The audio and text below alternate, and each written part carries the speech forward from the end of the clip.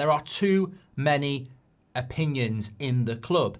And whilst I don't agree with Favel's strategy, that's what he is. If you bring Favel into Man United, he's going to go out and try and buy the next Caicedo. You know, he's going to want to get Sesko. You can't criticize a guy who, you know, it's like recruiting the script. You know, it's like recruiting Gary Barlow.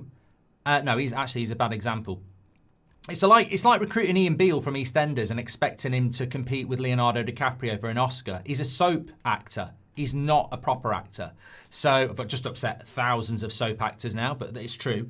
And if you recruit Favel and he buys people under 23, you can't moan at him for not buying Ollie Watkins because that's not what he's there to do. And I think there's such a mishmash in United's board at the moment that we're going to get the manager. Look, we're definitely going to get the manager recruitment wrong.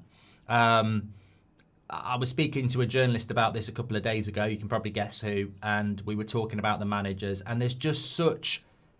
And this is well-sourced information from the club. There is so many different opinions on so many different things. Like Favel will want a Sesko. Wilcox will come up with his own idea. Barada's got his own idea. And then you've got Sir Jim Radcliffe who's got his own idea. And the manager recruitment's going to be a bloody mess.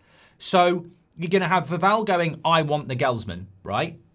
Somebody in the club wants De Zerbi. Let's pretend it's Barada.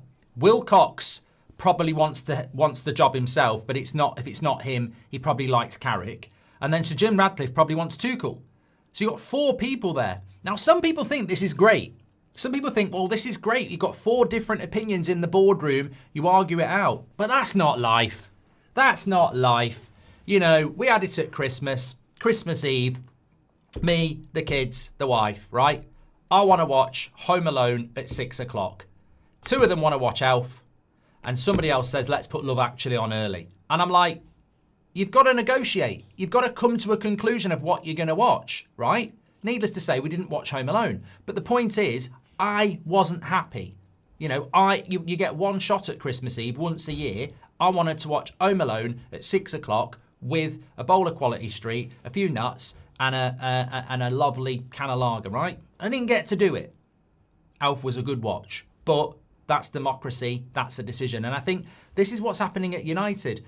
You might all agree on De Zerbi, but initially, the Gelsman is what Vival wants. Tuchel is what somebody else wants. And, you know, maybe Carrick is what somebody else wants. So this is the misdirection of the football club that really is a problem. You can argue about the competence of the board. I don't think the board's very competent at all.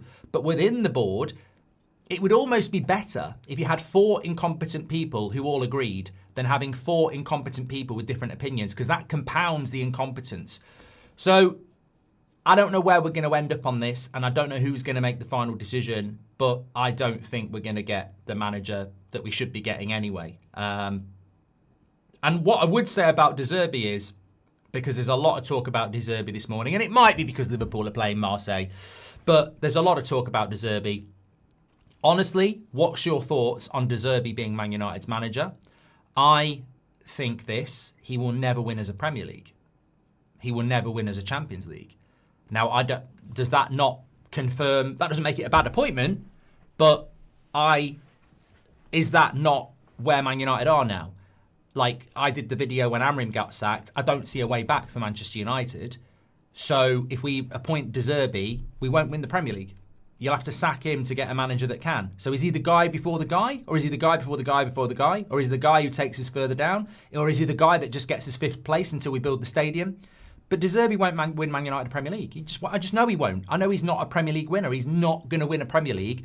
Even if he goes to bloody Arsenal, he's not going to win a Premier League. He's just not that guy, in my opinion. I think he's a good coach, but I don't think he's the guy that rebuilds Man United. I just don't get that vibe at all. I'd love to be wrong. I'm not the Oracle, but I don't see it. I think De Zerbi, you know, like Maresca, you know, it's like he might do okay, but he won't be the guy that wins us the league. So why are we recruiting somebody like that? And again, I just feel like that's United sort of like, you know, I don't think that, I don't think goes back to, I don't know whether it was Paul Scholes said it or whoever. Somebody said it quite recently. The people in the club don't understand what Man United is all about. And that, to me, would be the big problem.